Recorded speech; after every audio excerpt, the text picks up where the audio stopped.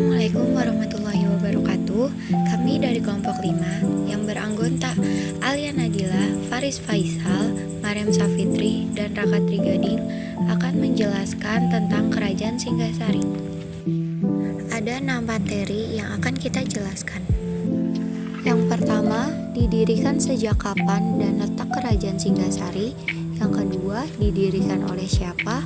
Yang ketiga, peristiwa penting. Yang keempat, raja pada masa kejayaan. Yang kelima, keruntuhan Kerajaan Singgasari. Dan keenam, peninggalan Kerajaan Singgasari. Oke, kita lanjut ke materi yang pertama. Kerajaan Singgasari. Setelah berakhirnya Kerajaan Kediri, kemudian berkembang Kerajaan Singgasari. Pusat Kerajaan Singgasari kira-kira terletak di dekat kota Malang, Jawa Timur. Berdasarkan informasi yang tertulis di prasasti Bedadu, nama resmi Singgasari adalah Kerajaan Tumapel. Kemudian, seperti yang ada di dalam kitab Negara Kerta Agama, ibu kota Kerajaan Tumapel awalnya terletak di Kutaraja. Nah, ini ada peta letak Kerajaan Singgasari. Oke, kita lanjut ke materi yang kedua. Kerajaan Singgasari didirikan oleh Ken Arok yang sekaligus menjabat sebagai raja pertama dengan gelar Sri Rajasa Amurwabhumi pada 1222 sampai 1227. Kita lanjut ke materi yang ketiga, yaitu peristiwa penting Kerajaan Singgasari. Yang pertama, peristiwa pembunuhan yang dilakukan oleh Ken Arok kepada Tunggul Ametung. Yang kedua, peristiwa pembunuhan yang dilakukan oleh Anusapati kepada Ken Arok. Dan yang ketiga, peristiwa pembunuhan yang dilakukan oleh Tohjaya kepada Anusapati. Oke, yang pertama, peristiwa pembunuhan yang dilakukan oleh Ken Arok kepada Tunggul Ametung. Setelah beberapa mengabdi di Tumapel, Ken Arok mempunyai keinginan untuk memperistri Ken Dedes yang sudah menjadi istri Tunggul Ametung. Kemudian, muncul niat buruk dari Ken Arok untuk membunuh Tunggul Ametung agar Ken Dedes dapat diperistri olehnya. Ternyata benar, Tunggul Ametung mati dibunuh oleh pengawalnya sendiri yang bernama Ken Arok dengan keris Pugadring. Setelah Tunggul Ametung terbunuh, Ken Arok menggantikan sebagai penguasa di Tumapel dan memperistri Ken Dedes. Pada waktu diperistri Ken Arok, Ken Dedes sudah mengandung 3 bulan hasil perkawinan dengan Tunggul Ametung. Anak Ken Dedes dari Tunggul Ametung ini nantinya akan diberi nama Anusapati. Selain beristrikan Ken Dedes yang merupakan janda Tunggul Ametung, Ken Arok mempunyai 1 istri lagi bernama Ken Umang yang kelak melahirkan anak laki-laki bernama Tohjaya. 2. Peristiwa pembunuhan yang dilakukan oleh Anusapati kepada Ken Arok.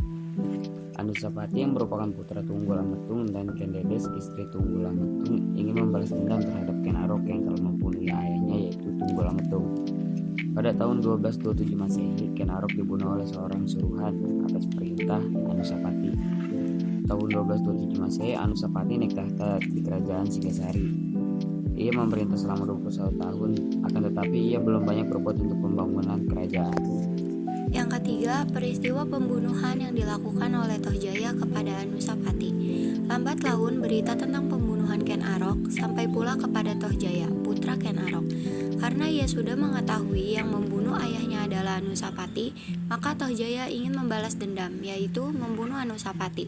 Tohjaya mengetahui bahwa Anusapati memiliki kesukaan menyambung ayam, maka ia mengajak Anusapati untuk menyambung ayam. Pada saat menyambung ayam, Tohjaya berhasil membunuh Anusapati. Tohjaya pun naik tahta sebagai Raja Tumapel atau Singgasari. Akan tetapi, tahta Tohjaya hanya berlangsung singkat karena pemerintahannya digulingkan oleh pasukan khusus yang dihimpun oleh Ranggawuni atau yang nantinya dikenal sebagai Wisnuwardana. Ranggawuni atau Wisnuwardana adalah anak dari Anusapati dan melanjutkan lingkaran dendam yang melingkupi tahta Kerajaan Singgasari. Oke, kita lanjut ke materi yang ketiga. Raja pada masa kejayaan. Salah satu raja yang terkenal di Kerajaan Singgasari adalah Raja Kartanegara yang memerintah antara 1208 sampai 1292. Diketahui bahwa puncak kejayaan Kerajaan Singgasari adalah pada saat dipimpin oleh Raja Kartanegara. Oke, kita lanjut ke materi yang kelima. Keruntuhan Kerajaan Singgasari. Keruntuhan Singgasari pada tahun 1292 Masehi disebabkan oleh 2 faktor, yaitu faktor internal dan eksternal. faktor internal adalah adanya pemberontakan yang dilakukan oleh Jayakatwang pada tahun 1292. Sementara itu, faktor eksternal yang menyebabkan runtuhnya kerajaan Singasari adalah serangan dari bangsa Mongol pada tahun 1280 dan 1281 di bawah pimpinan Kubilai Khan. Melalui utusannya, Kubilai Khan meminta agar Singasari tunduk di bawah kekuasaan bangsa Mongol di Cina. Selain itu, Kubilai Khan juga meminta agar Singasari mengirim seorang pangeran ke Cina sebagai bukti tunduknya mereka terhadap kekaisaran Mongol. Kartanegara menanggapi tuntutan tersebut dengan cara yang provokatif, yaitu dengan memotong telinga utusan Kubilai Khan dan memerintahkannya menyampaikan pesan bahwa Singasari menolak tunduk pada bangsa Mongol. Mengetahui hal itu, Kubilai Khan pun merasa tersinggung dan memutuskan mengirim tentara Mongol untuk menyerang kerajaan Singasari pada tahun 1292. Sementara Kartanegara sedang mempersiapkan diri untuk menghadapi serangan bangsa Mongol. Tiba-tiba, Jayakatwang melakukan pemberontakan di pusat kerajaan Singasari. Dalam pemberontakannya, Jayakatwang melakukan serangan dari dua arah, yakni arah utara dan arah selatan. Jadi, untuk menahan serangan dari arah utara, Raja Kartanegara memerintahkan menantunya, yaitu Raden Wijaya, yang nantinya dikenal sebagai pendiri kerajaan Majapahit. Namun, saat Raden Wijaya sedang mengejar pasukan Kediri yang terus bergerak mundur, Jayakatwang segera menyerbu keraton dari arah selatan. Raja Kartanegara pun tewas dalam pemberontakan ini.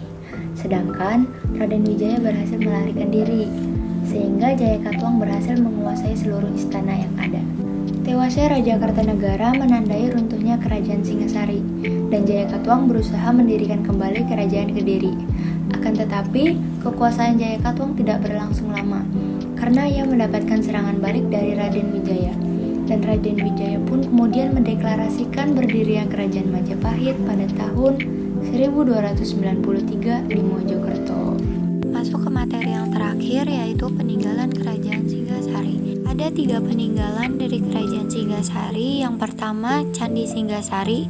Yang kedua, Prasasti Mula Maurung. Dan yang ketiga, Candi Kidal. Candi Singasari. Candi Singasari merupakan peninggalan kerajaan Singasari pertama. Candi ini merupakan candi Hindu yang terletak di Kelurahan Candi Renggo, Kecamatan Singosari, Kabupaten Malang, Jawa Timur. Candi ini merupakan tempat pendarmaan raja terakhir Singasari, yaitu Kartanegara, yang meninggal pada tahun 1292 Masehi. Yang kedua, Prasasti Mula Maurung. Prasasti Mula Maurung termasuk peninggalan kerajaan Singasari yang menjadi bukti penting tentang kerajaan bercorak Hindu-Buddha ini. Prasasti Mula Maurung sejatinya adalah sebuah piagam pengesahan penganugerahan Desa Mula dan Desa Malurung. Prasasti ini berupa lempengan-lempengan tembaga yang dibuat pada masa Kartanegara tahun 1255 Masehi. 3. Candi Kidal. Candi ini menurut sejarah dibangun sebagai bentuk penghormatan atas jasa besar Anusapati, yaitu raja kedua dari kerajaan Singasari. Anusapati meninggal karena dibunuh oleh Tojaya karena masalah perebutan kekuasaan di antara keduanya.